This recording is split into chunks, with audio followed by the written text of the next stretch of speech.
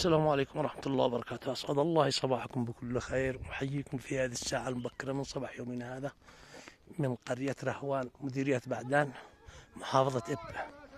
وأنا مطل الآن على سوق الأحد وعلى العديد من القرى في هذه المنطقة، لا أعرف أسمائها، بس المنظر بديع جدا، منظر خلاب وبساط أخضر ولا أروع من هذه الساعة. وهنا في الأسفل العيال يقومون بحرث الأرض على الحمار. انظروا،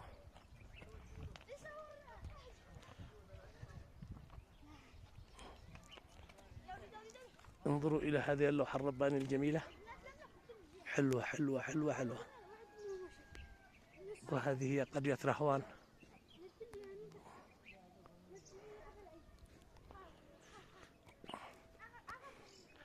مناظر بديعة من بلادي.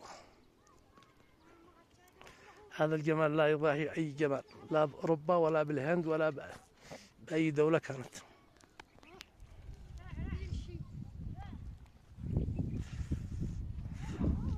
انظروا إلى تلك السحب هناك فوق جبل الشماحين وجبل الريمان، لا أروع.